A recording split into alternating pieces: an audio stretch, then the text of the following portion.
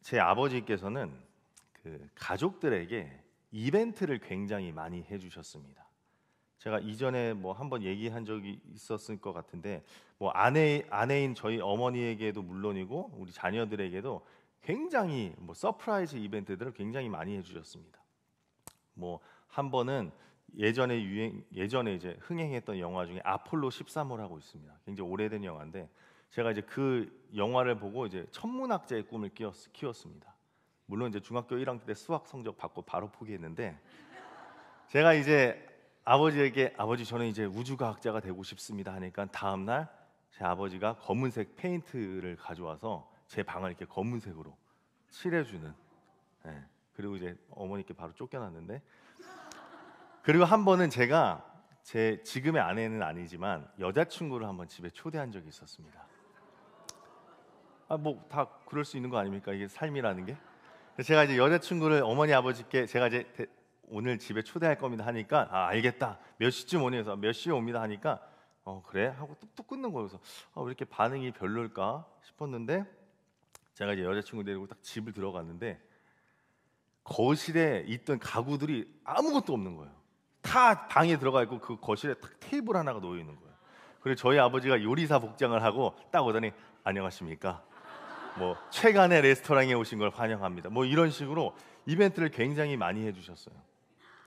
근데 이제 지금까지도 가장 기억에 남는 이벤트 중에 하나는 한국에 있는 기독교 성지들을 방문하는 그 이벤트를 하나를 기획하신 적이 있었어요. 제가 정확히 그때는 기억이 안 나요. 아마 초등학교 1학년에서 3학년 사이였을 거예요. 어느 날 어머니 아버님이 저랑 제 동생을 앉혀놓고 지금 너희들이 편지가 왔다는 거예요. 그래서 뭔데요? 하고 딱 보니까 우리 옛날에 보면 이렇게 우편 누런 봉투 있잖아요. 그거를 이렇게 막 이렇게 불에 탄 흔적으로 해서 지도가 만들어져 있는 거예요. 그리고 뭐 영민 영훈에게 하고 흑표범으로부터, 그래서 흑표범이라는 사람으로부터 너희들에게 지도가 왔다는 거예요. 그러니까 그 지도를 보니까 어디를 방문해서 힌트를 얻으면 맨 마지막에 너희들이 갖고 싶어하는 뭐 컴퓨터 게임기가 기다리고 있을 것이다, 그런 거예요. 근데 꼭 너희 둘이 가야 된다 이렇게 써져 있는 거예요. 그러니까 초등학교 1학년 3학년 된 우리들인데 너무 긴장이 되는 거예요. 그래도 어떻게 해요?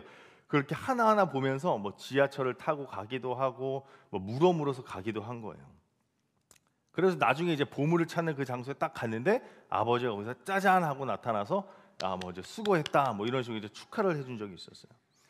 근데 그 과정을 이렇게 자세히 그때 이렇게 되짚어 보면 초등학교 1학년에서 3학년짜리가 그곳을 가는 게 굉장히 어려웠거든요. 근데 순간순간 우리가 막힐 때마다 모르는 누군가가 와서 이렇게 도와주기도 하고 또 길을 안내해 줄 때가 있었다는 거예요. 근데 제가 이 목적지에 도착해서 아버지를 봤을 때 너무나도 뭐 기쁜 마음도 있었지만 두렵고 긴장감이 이렇게 풀린 나머지 아버지에게 아버지, 아빠, 도대체 우리 여기까지 오는데 아빠 뭐 하고 있었어? 왜 여기서만 나타나는 거야? 하면서 막 이렇게 투정을 부렸던 기억이 있습니다. 근데 그때 아버지께서 웃으시면서 다 이러더라고. 야, 내가 사실은 다 지켜보고 있었어. 이렇게 얘기를 하는 거예요. 지금 와서 이 이벤트를 생각해 보면 우리의 삶에도 이러한 포인트가 있을 수 있습니다. 하나님, 도대체 지금 뭐 하고 계셨어요? 지금 하나님 저와 함께 하는 거 맞으시죠? 하나님께서 나에게 대답이 없으니까 제가 지금 올바로 가고 있는지 확신이 서지 않습니다 라는 질문과 두려움들이 생길 때가 있다는 거예요. 근데 이 질문이 생기는 이유 중에 하나는 오랫동안 우리의 기도가 이루어지지 않을 때, 혹은 내가 생각하기에 내가 지금 하나님 앞에 참 열심히 그분을 섬긴 것 같은데 그럼에도 불구하고 내 삶의 변화가 더디어져서 나타날 때 우리는 방금 전과 같은 질문들을 하게 되는 겁니다. 내가 올바르게 가고 있는 걸까? 하나님은 도대체 내 삶에서 일하고 계시는가? 무엇을 하고 계시는가? 어쩌면 오늘 본문도 이러한 질문에서 시작된 이야기입니다. 하나님께서는 창세기 12장에서 아브라함에게 뭐라고 약속을 하시죠? 내가 너로 큰 민족을 이루고 내게 복을 주어 내 이름을 창대하게 하리니 너는 복이 될지라. 그러니까 이 말을 듣고 아브라함은 하나님의 말씀을 따라요. 그러면서 이후에 무슨 일들이 일어납니까? 애굽에서 아브라함은 죽을 위기를 느끼고 아내를 누이라고 속이기도 하고, 롯과 땅을 나누기도 하고, 롯을 구하기도 하고, 또 멜기세덱에게 축복을 받는단 말이죠. 이게 이제 12장부터 14장까지의 이야기들입니다. 이 이야기들이 진행되면서 아브라함 스스로에게도 이런 질문들이 아마 스물스물 올라왔을 것 같아요. 나로 인하여서 큰 민족을 이루시겠다는 그 하나님의 약속이 지금 진행되고 있는 걸까? 지금 그럴 만한 기미가 지금 내 주변에 일어나고 있지 않은데 하나님의 그 약속이 가능할까? 내가 모든 민족의 아버지가 된다고? 하나님 도대체 무엇을 하고 계시나? 내가 뭘 잘못했나? 내가 올바르게 지금 이 길을 가고 있는 걸까? 그러니까 이루어지지 않는 응답 속에서 그는 어쩌면 하나님의 일하심이 끝이 난 건 아닌지 두려웠을 수 있어요. 그런데 그때 하나님이 환상 중에 아브라함에게 이렇게 얘기하시죠. 아브라함아, 두려워하지 말라. 나는 내 방패요, 너는 지극히 큰 상급이니라. 하나님은 아브라함이 지금 무언가를 두려워하고 있다라는 걸 알고 계셨던 것 같아요. 그래서 아브라함에게 지금 두려워하지 말라 이야기를 하는 거예요. 그리고 내가 너의 방패가 되겠고 너의 지극히 큰 상급이 내가 되겠다 말씀하시는 거예요.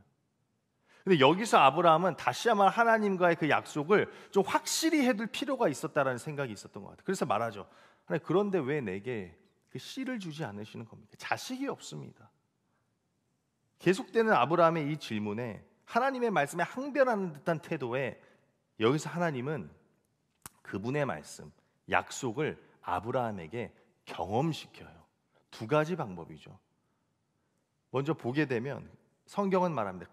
아브라함을 이끌고 밖으로 나가 이르시되 하늘을 우러러 무뼈를 셀 수 있나 보라. 또 그에게 이르시되 내 자손이 이와 같으리라. 아브라함이 직접 보는 거예요. 경험을 해요. 무뼈리 떠 있는 걸 보면서 하나님의 음성을 듣죠. 그리고 성경은 말합니다. 아브라함이 여호와를 믿으니 여호와가 이를 그의 의로 여겼다. 그리고 또 다른 경험은 뭡니까? 하나님과 아브라함과의 약속을 증명하기 위해서 쪼갠 고기 사이로 횃불이 지나갑니다. 그걸 또 보고 아브라함이 이제 믿어요. 하나님께서 나를 통해 확실히 그 큰 민족을 이루시겠구나. 그 아브라함의 가족에게는 이제 어마어마한 사명이 주어지는 거예요. 그러니까 이 사명이 아브라함 본인뿐만이 아니라 그의 아내 사라에게도 공유가 됐었겠죠. 그러니까 그들은 아마 어쩌면 흥분을 감추지 못하고 하나님의 약속이 이루어지는 때를 기다린 거예요. 자식을 기다린 거예요. 그런데 우리는 알다시피 사라는 어떻습니까? 오랜 시간 동안 출산을 하지 못해요. 나이가 많고 늙고 생리가 끊어질 때까지도 아이를 못 가졌다고 성경은 말합니다. 그러니까 어떻게 돼요? 사라가 동일한 질문을 하기 시작하는 거예요. 우리 가정으로 큰 민족을 이루겠다는 그 약속은 진행되고 있는 걸까? 그게 가능한 것일까? 하나님 도대체 우리의 가정 가운데 지금 뭘 하고 계실까? 내가 뭘 잘못했나? 내가 올바르게 가고 있는 것일까? 근데 여기서 사라는 아브라함과 되게 한 발짝 더 나아가죠. 하나님께서 아브라함을 통해 큰 민족을 이루겠다고 하신 그 약속이 지금 이렇게 보아하니까 이루어지지 못할 것 같고 더뎌질 것 같으니까 자신의 힘으로 그 약속을 이루려 해요. 그게 뭐예요? 자신의 여종 하갈을 통해서 자녀를 갖게 하는 거예요. 그리고 결국은 자녀를 얻죠. 근데 하갈의 입장에서 보면 지금 종의 신분에서 어떻게 보면 이제 그 주인의 아내가 된 거잖아요. 그러니까 주인이 사라를 멸시하기 시작하고, 그러니까 사라도 반격해서 하갈을 학대하고 결국 도망가요. 그러나 하나님의 일하심으로 다시 하갈이 이제 주인의 품으로 돌아오지만 사라는 계속해서 지금 이 매끄럽게 진행되지 않는 그 하나님의 약속을 지금 불안해하고 있습니다. 그래서 이후에 18장에서 창세기 18장에서 다시 한번 그 약속, 아브라함과 사라 사이에 자식이 생길 거라는 그 말씀을 들었을 때도 그때 이제 이름이 바뀌죠. 사라는 콧방귀를 껴요. 그녀의 삶 속에 하나님의 일하심이 보이지 않는 거예요. 근데 결국은 우리가 알다시피 하나님의 약속을 이루시잖아요. 그렇죠? 그리고 우리가 함께 읽은 지금 본문 바로 직전에 뭐예요? 사라가 이삭을 낳는 장면이에요. 그리고 사라는 그제서야 하나님이 나를 웃게 하신다 이렇게 고백을 하잖아요. 지금 시점에서 사실 되돌아보면 사라가 하나님이 지금 일하고 계신 게 맞는 거야? 묻는 그 순간에도 지금 그녀의 삶은 뭐야? 하나님의 그 약속의 성취를 향해서 나아가고 있었다라는 거예요. 그 순간에는 깨닫지 못한 것이지 이삭을 낳기 위한 그 가정으로 점점 가까워지고 있었다라는 거죠. 즉 하나님은 쉬지 않고 일한다는 겁니다. 그러니까 사라도 되돌아보니까 그랬구나 느꼈을 거예요. 우리도 마찬가지입니다. 가끔은 우리의 삶에 대한 이야기를 할 때 우리가 지금은 웃으면서 얘기하지만 그땐 정말 힘들었어요 하는 에피소드들이 정말 많잖아요. 하나님이 내가 가장 힘들 때 안 계신 것 같고 일하시지 않는 것 같지만 뒤돌아보니까 하나님이 나와 함께 하셨지 하는 순간들이 우리에게는 한 번쯤은 있을 겁니다. 저 같은 경우도 그렇거든요. 제가 사석에서 한번 얘기를 한 적이 있지만 저에게 있어서 가장 힘들었던 순간은 신대원을 준비했을 때였습니다. 공부가 어렵기도 했지만 그때 제가 제 여자친구랑 헤어졌을 때였거든요. 네. 그러니까 이렇게 지금은 웃으면서 얘기하지만 그때 정말 힘들었어요. 정말 사랑했던 사람이었기 때문에. 아까 이제 물론 지금 아내가 됐기 때문에 이렇게 얘기하는 거지만, 근데 아내와 이렇게 헤어지고 나서 너무 그 아내가 그리운 나머지 아내와 이렇게 데이트했던 코스들을 이렇게 한 번씩 쫙 걸으면서 그 회상을 한 거예요. 근데 그 중에 가장 많았던 데이트 코스 중에 하나가 그 광화문 교보문고였거든요. 교보문고를 또 그때 가을 또 바바리 코트 입고 다 이렇게 걸어가고 있는데 베스트셀러란 같은 게 있잖아요. 교보문고 보면. 근데 그때 탑 1이 뭐였냐면 공지영 작가의 높고 푸른 사다리라는 소설책이 있어요. 근데 제 아내 이름이 푸른이거든요. 곽푸른? 푸른 하늘 할 때 푸른. 그러니까 딱 책 제목이 지금 아내 이름이 들어가 있는 거예요. 그러니까 지금 제 입장에서 그 책을 그냥 지나칠 수가 없는 거죠. 그 책을 딱 집어들었어요. 근데 그 책의 내용이 뭐냐면 가톨릭 신부 서품을 받기 바로 일보 직전에 그 신부 지망생이 운명의 여자를 만나는 거예요. 그래서 사랑을 선택할 것이냐 주님의 길을 선택할 것이냐 고민하는 내용인 거예요. 그러니까 완전 제 이야기인 거예요. 또 펑펑 울었어요. 근데 더 놀라운 건 뭐냐면 그 주인공 이름이 영민이었어요. 그러니까 이거는 뭐 그냥 하나님께서 지금 나에게 주신 뭐 거의 제2의 성경책 같은 거예요. 그러니까 막 밤새서 울었어요. 그러니까 지금은 이렇게 웃으면서 얘기하지만 그때 참 힘들었던 거예요. 근데 그때 하나님이 그 책을 통해서 참 많은 위로를 주셨습니다. 그러니까 오늘 본문을 보면 그 귀하디 귀한 아이 사라의 입장에서 이삭이 자라고 젖을 떼고 지금 큰 잔치를 베푸는 장면이 나와요. 그 잔치를 베푸면서 사라는 이전에 그 하나님의 약속을 의심했던 때를 가장 힘들었던 때를 반성하기도 하고 그때 시간들을 회고하면서 하나님 정말 함께 하셨지. 지금 하나님이 베푸시는 그 축복을 누구보다 기쁘게 누리고 있었던 거예요. 그런데 사라의 눈에 아주 거슬리는 장면이 등장합니다. 그게 뭐예요? 9절을 보면 하갈의 아들 이스마엘이 이삭을 놀리고 있는 거예요. 근데 학자들의 말에 추측에 따르면 이스마엘이 이삭을 어떻게 놀렸냐면 그 잔치에서 내가 이 가족의 가문의 장자다라고 외치고 다녔다라는 거예요. 재미있는 추측이죠. 어찌됐든 이스마엘이 이삭을 놀리자 사라가 아브라함에게 뭐라고 합니까? 창세기 21장 10절을 보면 그가 아브라함에게 이르되 이 여종과 그 아들을 내쫓으라. 이 종의 아들은 내 아들 이삭과 함께 기업을 절대 얻지 못한다 얘기를 하죠. 그리고 이 일로 아브라함은 굉장히 큰 근심 가운데 있었다고 성경은 말합니다. 그러니까 여전히 지금 아브라함과 사라는 하나님께서 그들의 씨, 그 이삭을 통해 큰 민족을 이루실 것이라는 그 약속을 불안해하고 있었던 것 같아요. 혹시나 정말 이스마엘이 장자가 되는 거 아니야? 사라를 보세요. 이전에는 하갈이 자신을 무시했고 이제는 하갈의 자녀가 자신의 자녀를 무시해요. 근데 그녀가 확실한 그 하나님의 꿈 가운데 있었다면 그녀는 외부로부터 오는 이 무시와 멸시를 아무렇지 않게 견딜 수 있었어요.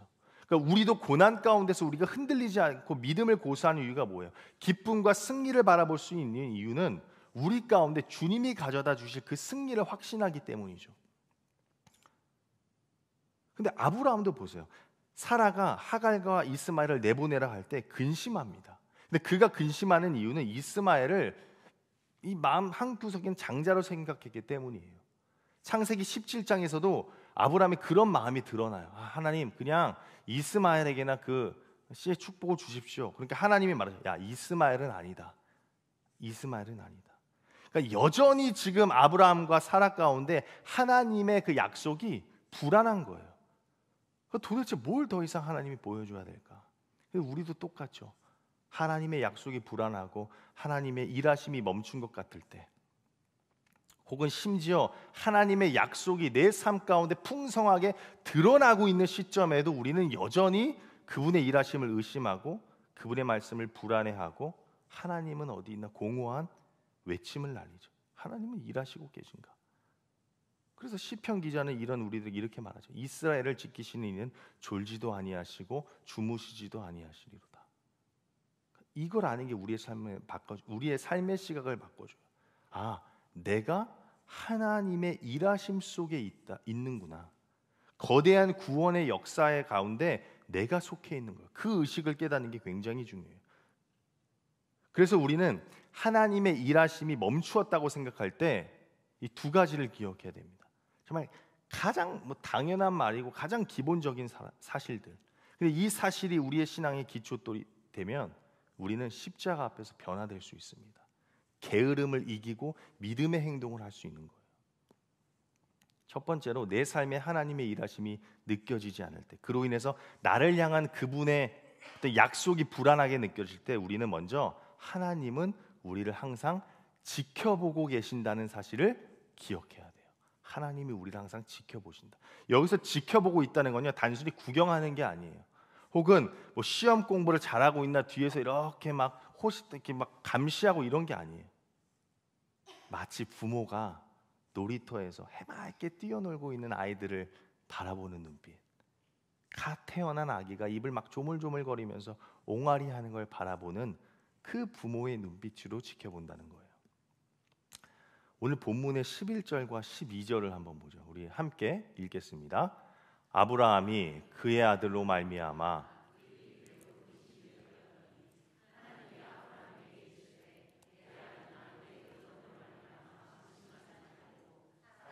내게 이른 말을 다 들으라.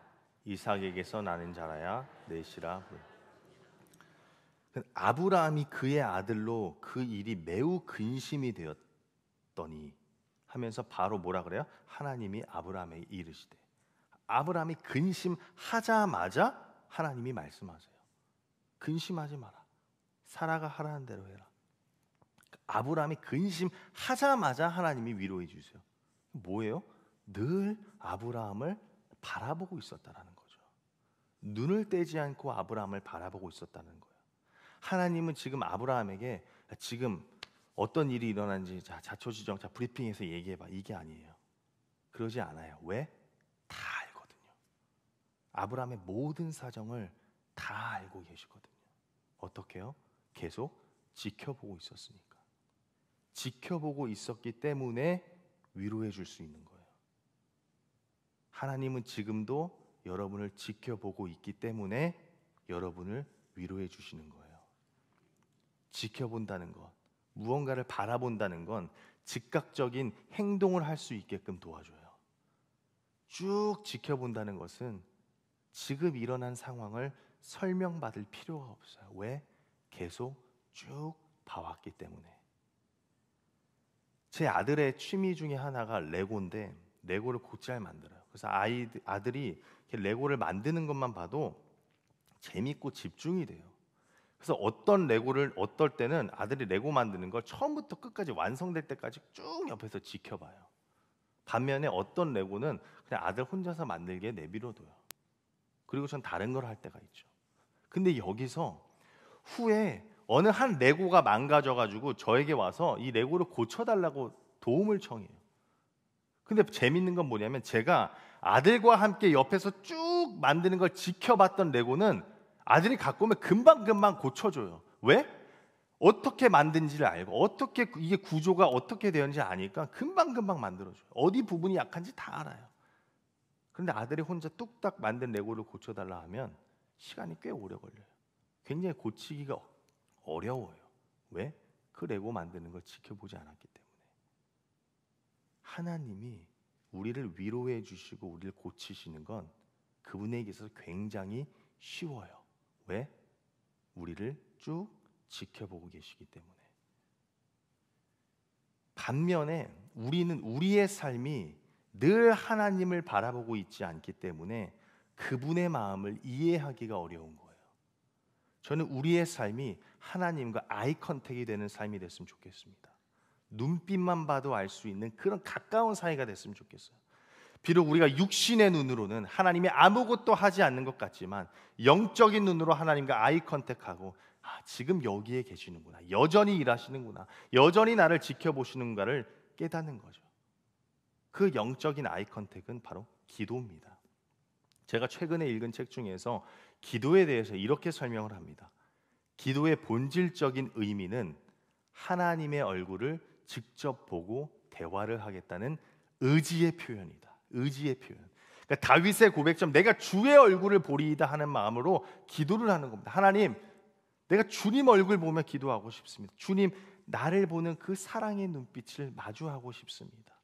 그러니까 늘 그분의 시선과 마주하는 시간인 거죠. 그때 고요함과 잠잠함 속에 계시던 그 하나님의 임재가 나를 스르륵 위로해 주시는 거예요.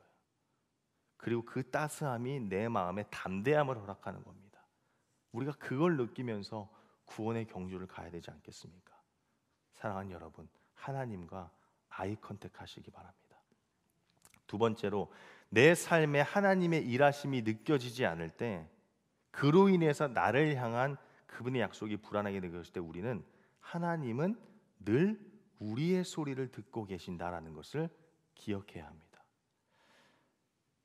잠시 하갈의 이야기를 해보면 하갈도 참 기구한 인생입니다. 그녀의 삶은 늘 추방의 삶이었던 것 같아요.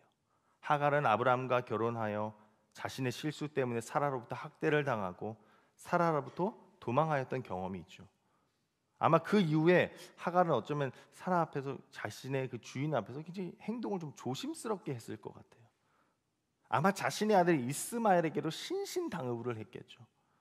근데 이번에는 자신의 아들 이스마엘이 실수를 하는 겁니다.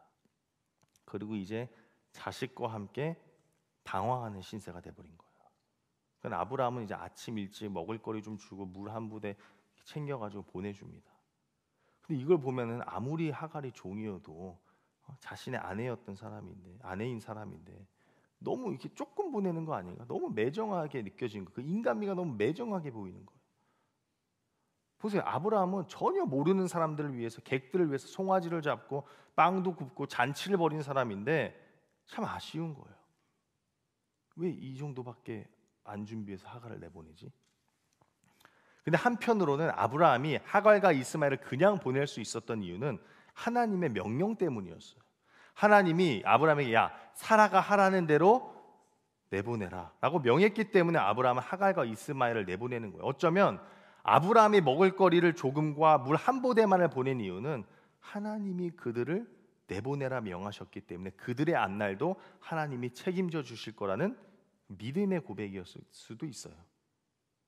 근데 지금 하갈을 보면 아브라함이 준 물조차도 지금 다 떨어진 상태입니다. 이제 그들에게도 한계가 다다릅니다. 죽음이 지금 문턱 앞에 있는 거예요. 그러니까 어떻게 어미와 자식이 마주보며 우는 거예요. 얼마나 비참한 모습입니까? 근데 재밌는 건 뭐냐면 이 본문을 자세히 살펴보면 15절부터 묘사되는 이 이스마엘의 모습은 마치 어린아이의 모습 같아요. 근데 나이를 따져보면 이때가 거의 20세 청년인데 이건 아마도 이 자신의 그 생명을 보존하는 일에 있어서 너무나 무기력함을 보여주는 하나의 표현인 것 같아요.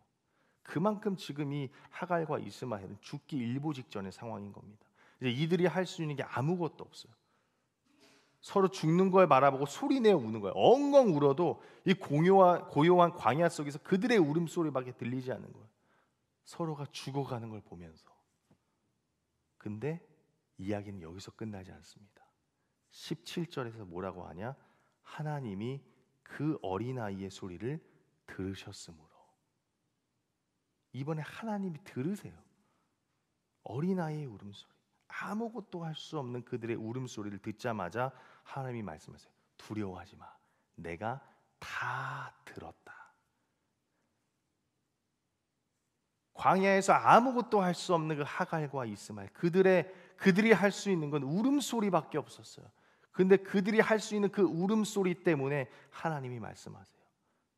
아마 하갈과 이스마엘의 울음소리, 이제 나는 아무것도 할 수 없습니다. 내가 남은 거 정말 아무것도 없습니다. 이 비참하고 절망스러운 현실 속에서 울음을 터뜨리는 것밖에 없습니다. 미래도 없고 꿈도 꿀 수 없고 이 광야에서 방황만 하고 있습니다라는 절망과 탄식밖에 없는 거예요. 그런데 거기서 하나님이 찾아오세요. 하나님이 들으세요. 이게 신앙의 신비입니다. 이게 하나님이 가진 신비예요. 세상은 모든 걸 다 갖추고 다 준비하고 만반의 준비를 걸쳐서 시작합니다. 그때부터가 세상에서는 시작이에요. 그러나 우리의 하나님을 믿는, 예수 그리스도를 믿는 우리들에게 시작은 모든 걸 다 버리고 모든 것들이 다 훌훌 털어져 버릴 때 비로소 그때 하나님의 일이 시작되는 거예요. 하갈과 이스마엘의 울음 속에서 하갈을 하나님은 들으시고 하갈의 눈을 밝히시고 샘물을 보이세요. 그리고 하갈과 이스마엘에게도 약속을 주십니다. 얼마나 놀라운 사랑입니까? 창세기를 읽는 독자들은 얘는 좀 뒤통수를 맞는 장면과도 같은 거예요. 어쩌면 독자들은 하갈과 이스마엘이 쫓겨나는 부분에서 잘 됐네, 어떻게 감히 믿음의 조상 아브라함과 사라에게 개기는 거야, 어딜 감히, 뭐 이런 생각이 있을 수 있어요. 그런데 그 쫓겨난 자들도 지나치지 않으시고 그들의 울음소리를 들으시는 하나님, 그 다음 없는 그분의 사랑이 우리의 마음을 촉촉하게 적셔주는 거예요. 오늘 우리의 울음도 그분이 들으세요. 오랜 세월 동안 기도했던 그 기도 제목, 탄식하며 울부짖으며 외쳤던 그 기도, 방황하고 절망하고 어떤 꿈을 꾸며 살아가야 될지 막막한 우리 자녀들, 청년들의 기도, 유학생들의 기도, 오늘 하나님께서 말씀하십니다. 내가 다 듣고 있다. 내가 다 듣고 있다. 하나님은 침묵하는 게 아닙니다. 하나님은 듣고 계시는 겁니다. 우리가 말하길 기다리세요. 지금이 하나님과 대화할 때입니다. 사랑하는 여러분, 하나님의 일하심이 멈추었다고 생각될 때, 그래서 나를 향하는 그 하나님의 약속이 불안할 때, 그때가 바로 우리를 늘 바라보시는 하나님과 아이 컨택하는 시간이고 우리의 기도를 늘 들을 준비가 돼 있으신 하나님께 울부짖는 시간이 될 줄 믿습니다. 제가 오늘 보여드릴 그림은 이 에드워드 호퍼의 두 코미디언이라는 그림입니다. 이 에드워드 호퍼라는 작가의 마지막 그림이기도 하고 제가 가장 좋아하는 작품 중에 하나입니다. 그래서 이 그림을 제가 늘 거실에 걸어두고 묵상을 하는데, 여기서 이 두 인물은 작가 에드워드 호퍼와 그 아내인 나비슨입니다. 이 호퍼를 조금이라도 아는 사람은 이 그의 예술에 있어서 아내 나비슨이 없으면 호퍼는 존재하지 않았을 거다라는 건 누구나 다 압니다. 이 작가 에드워드 호퍼라는 작가가 창작 활동에서 슬럼프에 빠졌을 때 이 아내 나비슨은 호퍼에게 그럼 한번 수채화를 그려보지 않으시겠어요? 라고 권유를 하기도 했고, 이 나비슨도 화가였거든요. 근데 자신이 초대받은 전시회에서 이 남편의 작품도 같이 전시를 해주게 한 그 일화는 굉장히 유명합니다. 그리고 호퍼는 자신의 그 마지막 작품에서 뒤에서 늘 자신을 격려해주고 지지해주었던, 어쩌면 자신의 삶의 길라잡이와도 같았던 아내를 이렇게 소개하고 있는 겁니다. 이 그림을 보십시오. 화면에 나와 있지 않지만 수많은 관중들의 환호 속에서 호퍼는 저 뒤에 묵묵히 서 있던 아내를 끌고 회중들에게 소개하는 모습입니다. 내가 나됨은 아내 덕분이었습니다. 아내가 없었다면 저는 아무것도 할 수 없었습니다. 회중들에게 고백하는 듯한 장면이에요. 우리가 우리의 삶의 마지막 순간에 다다랐을 때, 그리고 그 뒤를 되돌아 봤을 때 이런 마음이 들지 않았을까 싶습니다. 내 삶 가운데서 내가 나됨은 다 하나님의 은혜였다. 하나님이 아니었다면 저는 아무것도 할 수 없었습니다. 어쩌면 지금은 하나님께서 우리의 기도를 듣지 않으시고 나를 바라보지 않으시는 것 같지만 아니요, 그분 지금도 우리와 함께 하십니다. 저는 이 그림이 우리의 삶의 마지막 순간의 고백이 됐으면 좋겠습니다. 내가 지금까지 이 땅에 살며 가족을 만나고 고난 속에서 기쁨을 발견하고 버틸 수 있었던 이유는 늘 내 옆에 묵묵히 나를 지켜봐 주시고 내 기도를 들어주셨던 하나님 덕분입니다. 그런 고백이 나가야 될 줄 믿습니다. 나 혼자 걸어갔던 길, 뒤돌아보니 걸어가며 삶 위에 새겼던 그 나의 발자국, 알고 보니 나를 업고 묵묵히 걸어가신 하나님의 발자국이었음을 깨닫는 시간 되길 소망합니다. 우리 이 시간 그 마음을 담아서 함께 찬양했으면 좋겠습니다.